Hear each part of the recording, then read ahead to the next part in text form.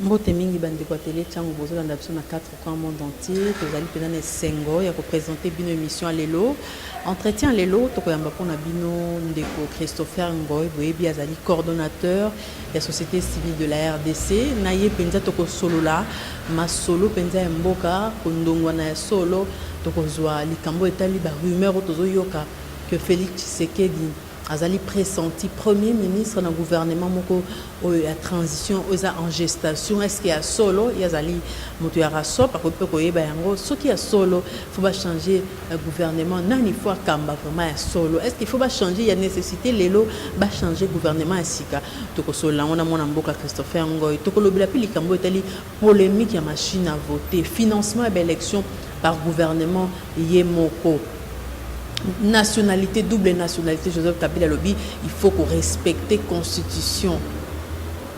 Moratoire en OPO de Vanda Kabila Lobby que Joseph Kabila Lobby, moratoire, on est pour 3 mois. Mais si on a dit le moratoire et Vanda, neto sur la paiement bouquin de Christopher Ngoy. To sanité révocation, il y a des magistrats, des alliances politiques, RASOP, comment nini pour pas aller membre, il y a RASOP et puis to sous qui ça dans les Camboya. À Genève, gouvernement boy ko participer à la conférence à Genève, conférence humanitaire, mais to yo kala ba Congo limbongo alobote alingi pas impliqué dans le Cambo ou etali pour gérer mbongo wana. En tout cas boutique à la connecter pour besoin de précision pas inviter na absolument. Christopher Ngoy mbote to yambi yo na émission na son entretien, ba rumeur ils ont circulé que gouvernement transition sous Elingie Salema et que Félix Tshisekedi azali pressenti premier ministre. Yo ozali membre ya RASOP. Est-ce que oyoki nouvelle wanate? Est-ce qu'il faut opportunité zali lelo que va changer gouvernement mosusu ya sika topé nani bakoyi kotia? Na yoki na masolo wana na esika na Félix te même na ba milieu o nazo tambola il y a opposition, la société civile, il y a solo. Il y a qui n'a solo en acte. Donc, nous avons eu les réseaux sociaux. Je crois que ça va, sans le mot qu'on a distraire tout d'ailleurs, puis de pèse, à outil pour démentir en haut, le biais à la solo, c'est faux. Alors, à 8 mois, il y avait élection polémique, ils allaient komata au sujet de la machine à voter. Basango kutu bazali ko banga penza. Le lengeni makambozo kendele na élection na polémique makasi boye na makambo ya machine à voter selon yo seni azo persister pour na nini tango et si quand même bazo sala machine wana bazo ko mettre ba réserve sur yango.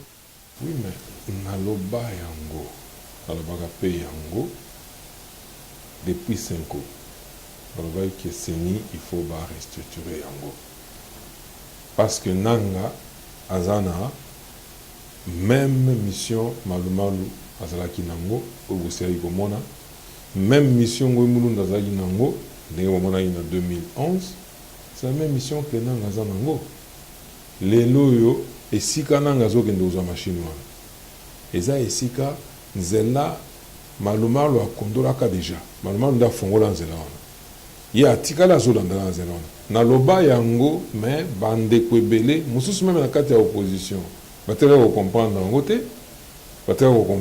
te lelo oyo seni nanga azokanga na machine wana parce que c'est le seul moyen au bazar nango pour batikala na pouvoir pour ba contrôler ba institution lokola parlement lokola sénat lokola présidence de la République donc le président de la République va contrôler l'institution parce que machine de attaque au bayebi que peuple a voulu voter bangote mais au moins va bien une machine à voter machine wanande va bien des machines pour voter non va machine à voter machine wanande ko voter et ko pesa bango va voir va améliorer ça va implémenter est-ce que on avait besoin d'une imprimante.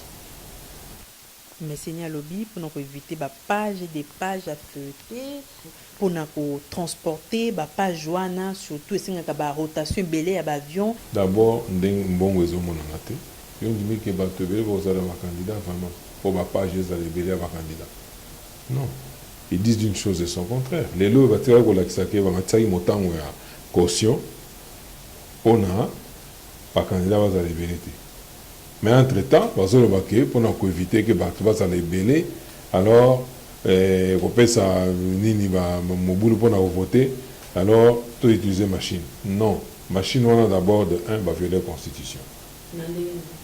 Constitution n'a vu ces autres peuvent voir vote électronique. Les autres peuvent voir voter. Et puis dans procédure va jouer pour que ça marche dans la société et dans Miru, la Sud-Coréen, Miru système. Donc basali balancer marché pour battre belé, ba concourir pour dire que balancer nous offre. Bateau va monique va s'appeler na machine na bango ba ko ipe ko ya ko solliciter et tout ça ba ye musu ba ko la ça tout ça na machine eza makasi kitoko mingi et tout ça et créer na no mois débat moko boy ngoma moko boy na sema on ba poni o ya malamu ya kitoko la ki baninga nyonso na musala de ba poni. Alors bango c'est ce que prévoit la constitution. Bango siko balancer machine wana sans va dans la procédure wana. Nous avons dans la constitution, beaucoup qui commence la procédure seulement ce qui est en matière ou étali sécurité en boka. Ou matière spéciale. On a beaucoup de procédure. Même dans la matière, il faudrait que Moutoyo Bokopona, Azala Moutoyo, assis à Salapé, Moussalawana, a une expertise, une expérience avérée. C'est la première fois que nous sommes chinois. Mirouana, même à travers le monde, on ne regarde pas ça quelque part. Mais va payer ça va marcher en version de la constitution. Va prendre la bango pourquoi? Alors que même avant de changer la constitution, ngo malumalu ça qui ndaka kuna a qu'on négocier déjà. Pourquoi? Parce que ça stratégie il y a bango formule à le peuple à boyo à go voter mais OK aux machine n'a pas voter. Mais c'est ni lobby ezali intelligence congolaise bien que bango kuna na Corée du Sud ndé mutu basali machine mais ba programme ba logiciel ni soza na kati zande ba congolais basali yango yango na ba congolais ngo yo yebi bango nana yebi ba congolais wana te ezali to yebi que mwana ya soki ba sengezi aza na kati ya ba makambo etali machine wana ça dit baza bana na bango na bandeko na bango et puis ba logiciel wana de eloko ezopesa biso susu kanda makasi ya kolakisa ke ba logiciel na basali yango po ba tricher ba te bana na bango na bandeko na bango bato bazoloba wana yo kendenge na polytechnique kuna na campus to na mathématiques info yo ke ba étudiant basali nini wana parce que dans d'autres pays ça se fait comme ça. Vous voulez faire eloko ya ndenge wana bokendo pesi programme wana na ba chercheur na niveau ya université sans arrière-pensée, mais oyo na bato oyo wana ke bangonde ba to yibi bangote. Bangonde ba yibi secret na bango ba ni batsa na ba logiciel wana yango wana c'est une machine à tricher. To boyi yango. Mais Senko a sengi que consensus fait salama entre acteurs politiques même pays. Wana ezaka ko mena makambo na mulai. Les loyo quoi? Toboyi machine. Toboyi machine. Élection faut ça la moko mais makimia. Bango bazondi machine. Maman, élection peuple les là, eza pour alternance et salema. Bato bazana place boye, bazana place oyo. So ba longo bango so teme, et belé ba longo. Peuple moko pour na bato ya lingi, pas kambamboka, pas ici là. Alors, s'il faut que kaka batuana baluka ba moyen ba eda machine on est voté bango ba onde batikali c'est-à-dire élection comme ça alternance. Sur alternance des athées donc mon boulot faut de malamboko. Mais la majorité ba lobi que alternance ezaka athée bato nyonso bazana pouvoir balonga bango nyonso. Bato ya sika. To lobi bien. Peuple moko ebi bato nini akoko tia po ba bongisa makambo. Et puis bato ngo ba tia kuna. Il faut ba miye bake biso eza machine moto tia biso te mais la population da pona biso alors to rewa ko la population. Et là, la liste comment on circuler. Tu as vu le système, maman. Essayez, maman. Oh, maman. La liste, on est au Canada, on ne va pas, maman. Tu as vu que le système, on est à la carte. Ngana Koloba. Ozo. Basala Kayango. Basala Kayango, on veut Bandima Yango. Ngana Zo, Nazo, Bango Polé. Alors, ba liste wana c'est-à-dire na ngongo bazo négocier déjà na batu ndambu pe na opposition na bazo ben na moko et puis batu ba moko ba métier bazo ça déjà ba calcul ndenge ni configuration nini et aux assemblée nationale configuration nini aux na Sénat et puis ba écouter en yon soit na kati ya machine tant que vous votez paf bo ici allez et comme me plaît ça soyi ba papier wana bo kendeki bo ba imprimer bo écouter na ba urne wana après ba papier wana ta bo fongola urne et bande mi savino ba tumususu ozo tant ya dépouillement ba te me pe ba savana ba bisi ba bino ke non peuple a voté biso soki na ndoto soki na machine mais ba ko bisi bino que peuple déplace au commande na ndenge ba ko beta batu parce que ba ko tia ba soldats partout on neni ne vote salemi bino ba mo boya o mo wanga nango déplace ba ko beta batu vele pe ba ko kufa mais biloko wana il se trouble parce que ebele bato ebele bakondimate que di boye na village na bino soki na ville na bino bovote mutu boye mutu te azwi vo ata moko te mutu ata moko avote aza te mais bakaki ya kodepouye boye bokutaka no mutu wana abimi bato bakovanda nye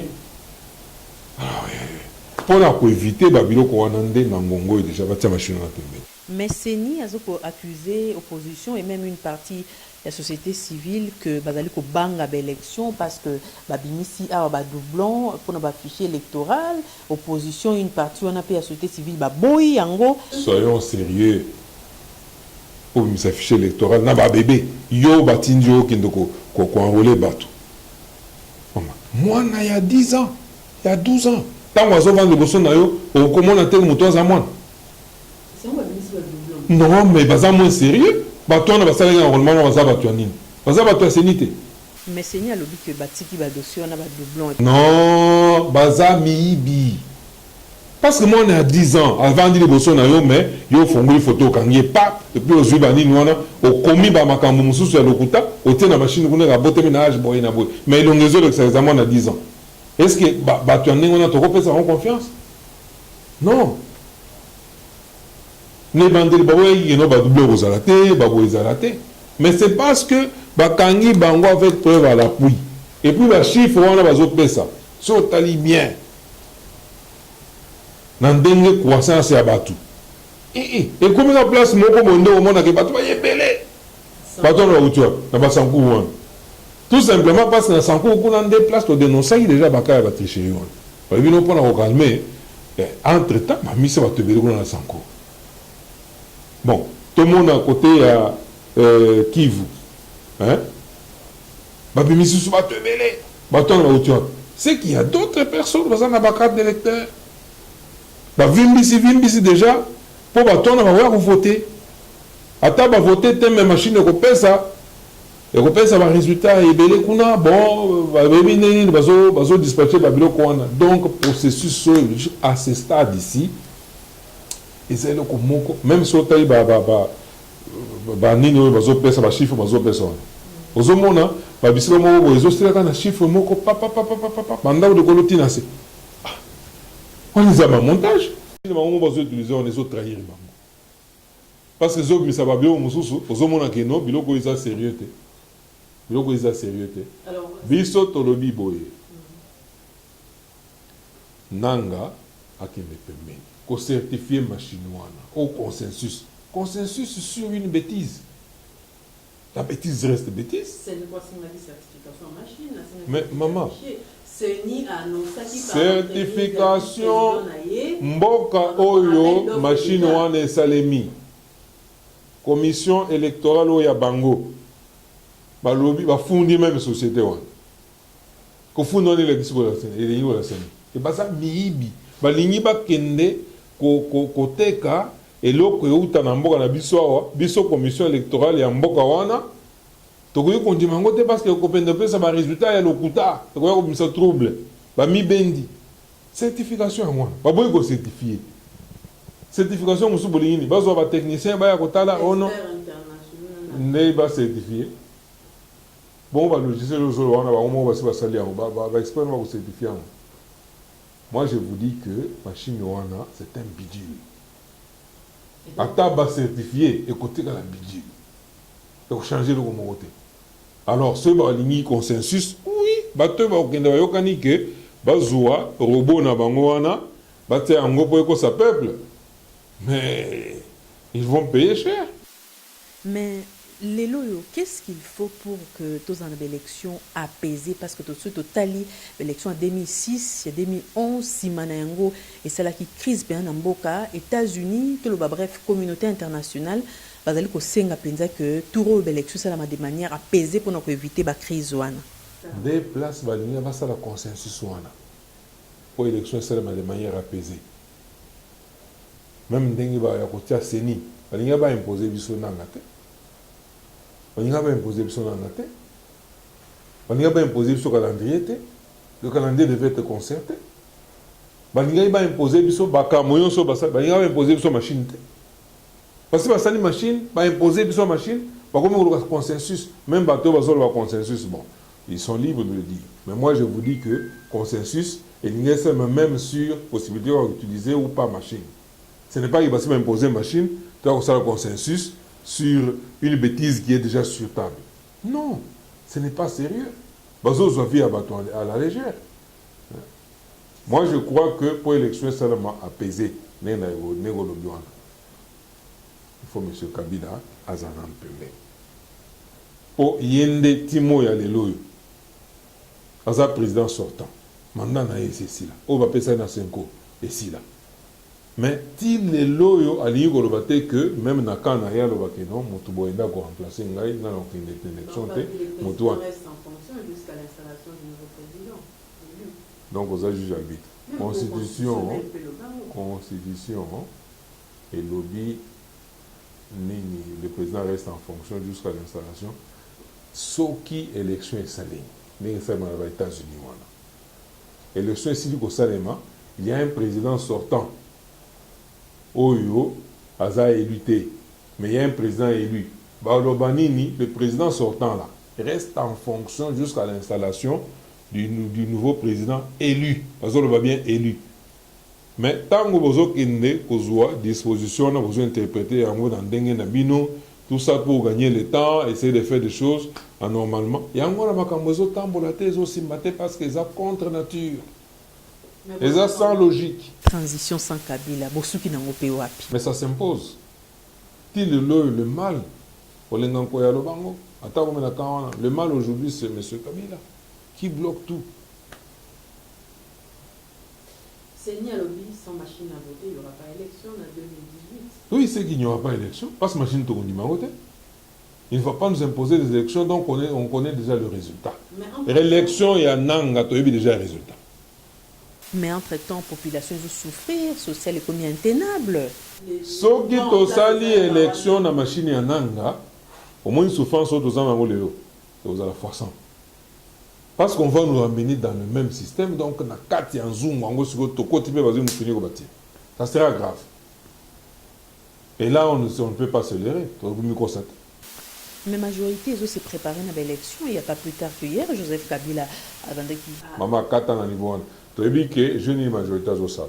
Pendant que nous avons préparé très chéri, il faut déjà préparer l'opinion. L'opinion va préparer une dengue. Il faut installer tel comité dans tel district. Bazui, Batuna Bangonyo, ce sont les membres de famille, cousins, Ninga, tout ça, qui ça dans un petit stade là. Ici on va salir plein. Aucun ça que non, plein on a Batunyo sur Lemba bakota ina stade. Alors que non, Bauti ba Kingasani, Maseke, bakota ba Malueka, bakote ba Sangani place wana. Oui.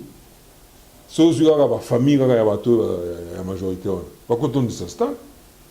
Pas membres de famille, courtisans, quand on un petit stade là, un stade moyen, des jeux on a besoin de salle. Ce qui va y que non, l'Ikele Masco est pour la fédération boye, to commune boye. On se va longo et baquer quand on a kuna basali le coana. Objectif est ça pour pas la population que non, tant que tous nous installer, na ba coana, bation sianga moana, bazo sangana, basa bakun maman benabiso, toza ebele ya solo parce que sozi, par exemple na lemba to sali plein. Na Kitambo, tout ça dit plein. Na Boye, tout ça dit plein. Non, c'est toujours le même groupe là qui se déplace, qui va d'un coin à l'autre. Objectif est ça, on va tricher. ezala compréhensible, ezala acceptable. Ba statut na toujours bangote, to bien. Et même dans l'opposition, tout le monde a une alliance entre les partis, les regroupements politiques. Est-ce que l'opposition a une chance de remporter l'élection, ce qui est salami? Maman, l'alliance, tu et puis dans le Congo, même si c'est salami en dernière minute, traître, tout ça, l'alliance, nous sommes dans la stratégie même, il y a ma BP. C'est-à-dire un traître, ça y a à quel combat déjà dans le coin.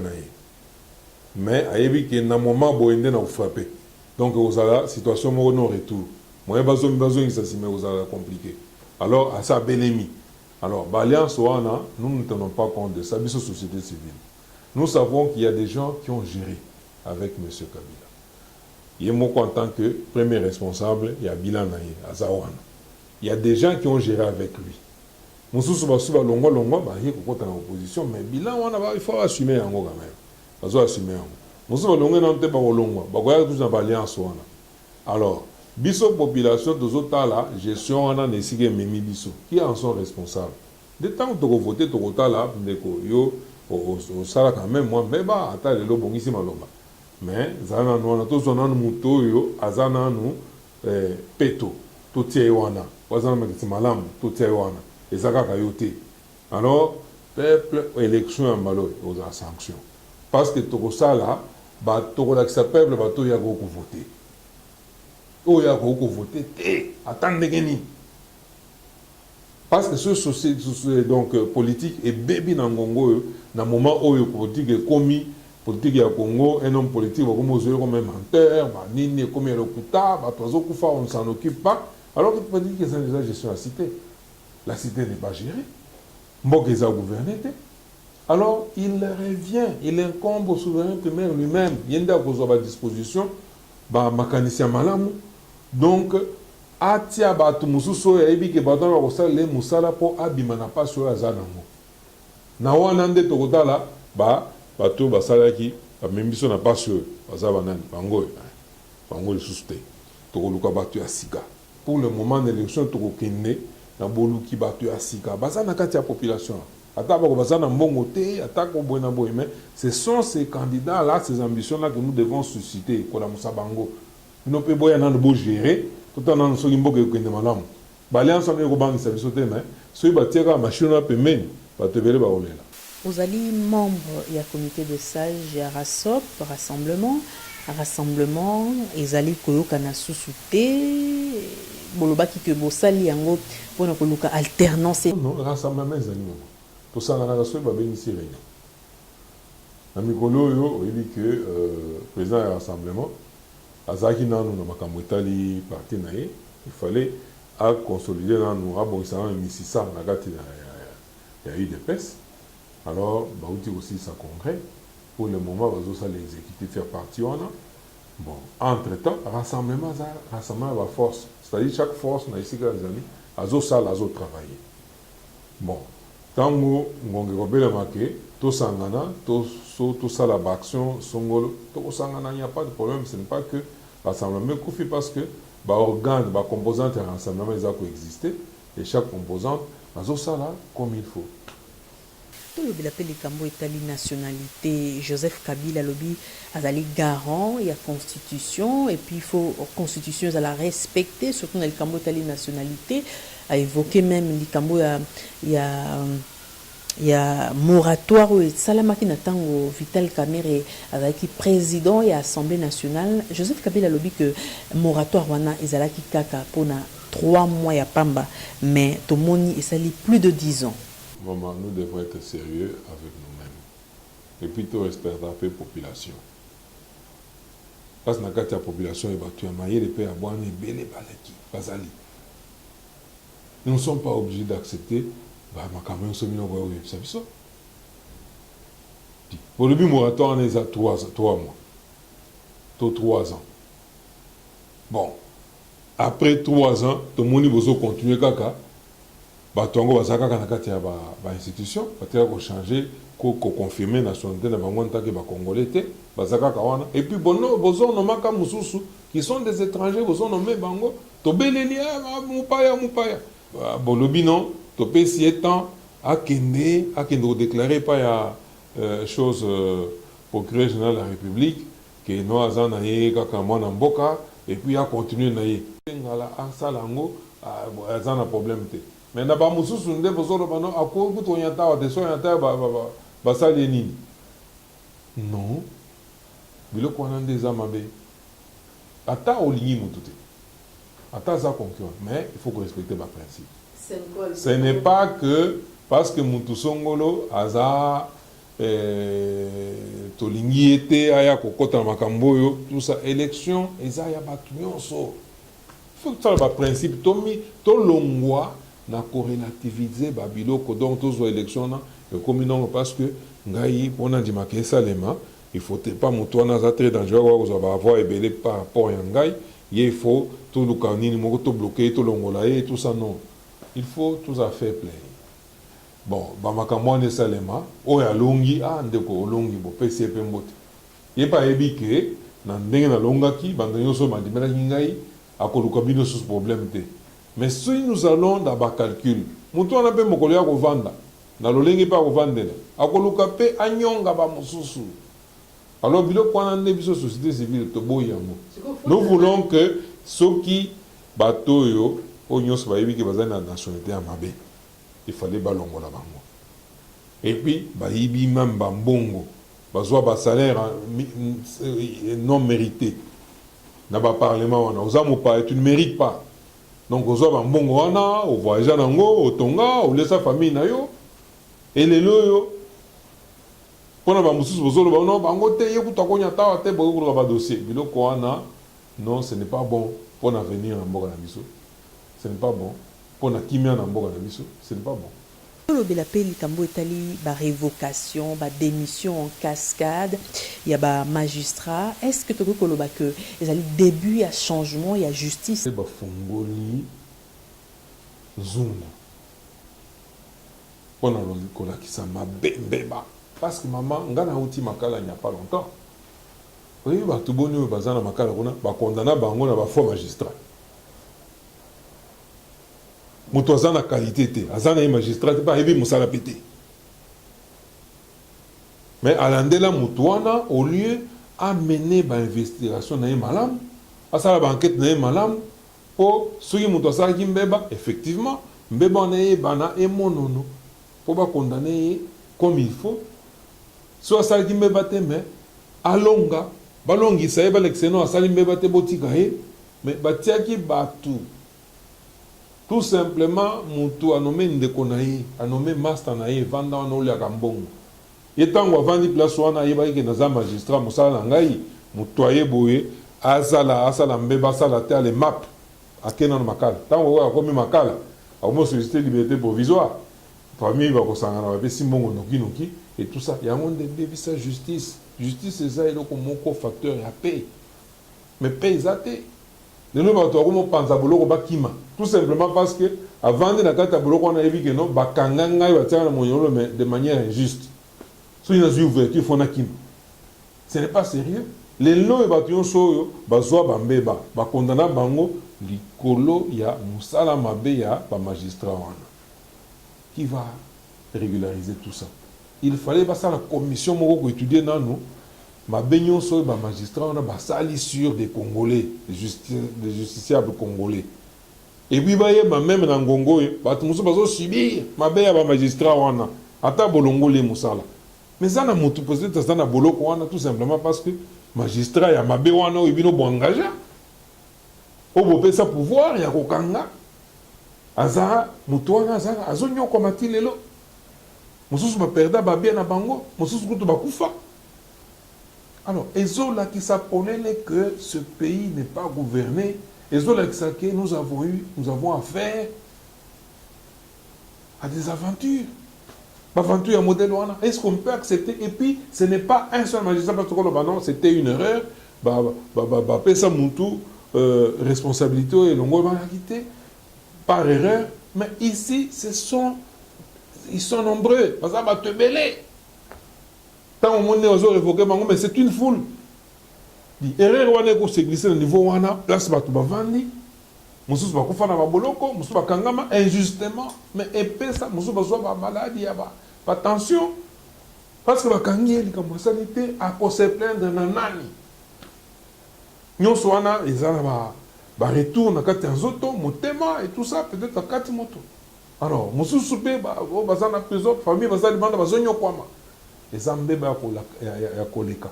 Et c'est justement ba élément ezosala ke bato ba gérer mboko oyo bakoyi kozonga te parce que basali mbeba ya population ko supporter te. Tokosukisa na likambo ya conférence ya Genève gouvernement liboso alobi te bakoparticipe te amenace kutu ba ONG bakosalela mbongo ekouta kuna na RDC awa mais toyoki mbongo bakangisi gouvernement lobi il faut co-gérer mbongo wana lolenge nini yozali ko analyser ba prise de décision ya gouvernement congolais. Même maman wana ezali motema mabe esangani na lokoso. C'est tout.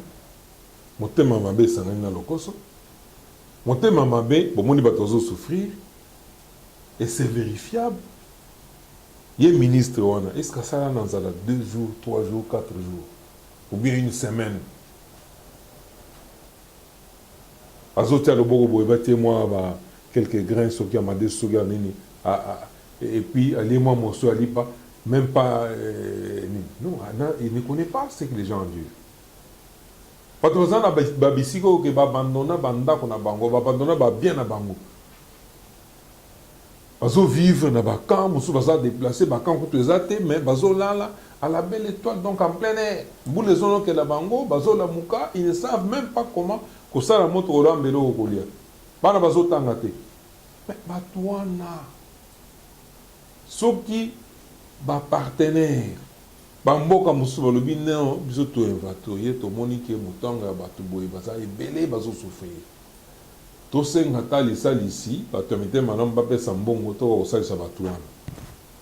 Ya liboso bino bolobino parce que pour congolais azo eloko atia na monoko na ye il faut autorisation utana ne pas ya gouvernement. Pour congolais basunga ye il faut autorisation utana ne pas ya gouvernement. Congolais za souverain primaire te. Le souverain primaire ne ye gouvernement. Ceux qui balobi boyeno pour respecter souveraineté na bisoté. Mais le souverain primaire ye moko zo kufa. Souveraineté na bino ezali secondaire. Souverain primaire zo kufa. Et puis ba mandat na bino espèce si là, boza ben na nini na légitimité à exercer même ni non até. Papa ya balobi mais bo créer ba situation moko bino mo bozo meko ko gérer té, bozo meko si sangoté. Bon, ba to ba ya ko ça c'est bino. Sous l'égide des Nations Unies.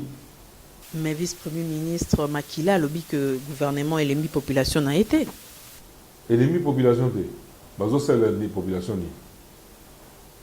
Si les mbangide to yana to kake, batu ba komi ko tonda, bazolia bazo tonda, batu so va déplacer wana et tout ça. Batu baza déplacer kutu bazo ku fanzala. Kaka ba déplacer baza na zamba bazo baza ko telenga na pamba. Mais c'est grave. Yango na zoloba ezanango motema mabe. Deuxième lieu, le Koso. Quand on va tourner avec Basangani Bango Moko. Bino Boboyi, Bopesi Kutuna Makanisa, Batmuso, Badinga, Matam, Mitem, Madame, Badinga, Kopesa Mbongo, Bobangisi Bango, Bopesa Makanisa, Kopesa Te. Mais, oh, il y a courageux, Batali, Mabezali, Togo Kota la Boïté, attendez, ni mettre tout ça quelque chose, Basali moi quelque chose. Yope Sumbo Bango, Obiso Toja, gérer Mbongo. Et puis, moi, on a ce que on va gérer Bagoliango. Et c'est très mauvais. Christopher Ngoy, Télé Tchango Pessi occasion et à s'adresser à Congolais, à Rolandayo à travers le monde. Message nini au Ebisiba. Message na opesa ba Congolais.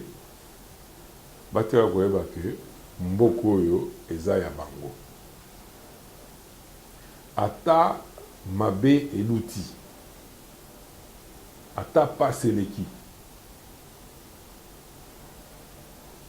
Patikala kobungisa espoir te. Parce que espoir n'est seule arme autozanango. Il y a qu'à tenir, qu'à résister quel que soit le temps qu'il faut. Parce que tozana choix mon société. Et ni koloba, tobi ko abandonner mboko yo atandenge nini te. bato oyo baza wana bazomanipule bamachine à voter boye na boye et ainsi de suite tokokende na bango ntina suka tokende na bango ntina suka parce que le tomo il faut peuple à récupérer pouvoir oyo ya en tant que souverain primaire nyonso wana ekosalema soki biso oyo babo bakongole tolingani soki toza na makanisi malamu toyebi mpe korespecte moninga soki toza na détermination engagement toyebi ke mboko il faudra to libérer yango quel que soit le prix omoni na Palestine kuna bato bazokufa mpona mabele chaque vendredi bazo manifester en commémoration ya mabele oyo ya bango tout un mois premier jour babomi vendredi elandi bakeli lisusu ebele koleka oyo mosusu elandi mpe baza kaka wana pourquoi parce que mabele eza eloko ya ntina même na kati ya bible yo mutu richesse première richesse nzambe azopesa yo eza mabele so ozangi mabele même nzambe oza na ye te deuxièmement mboko oyo eza très riche bokanisa te ki richesse ya mboko oyo esili eza kaka toza na baminere oyo eyebani baminere kutu mosusu oyo ebani nanu kutu te alors totika koperdre espoir soki tolobi élection oui na élection wana il faut toyokana bato oyo tokopona il faut ezala bazala bato ya solo totia mbongo liboso te e soki moto aza na mbongo ye nde bokoki kopona soki motu asala boye il faut éviter parce que mbongo nde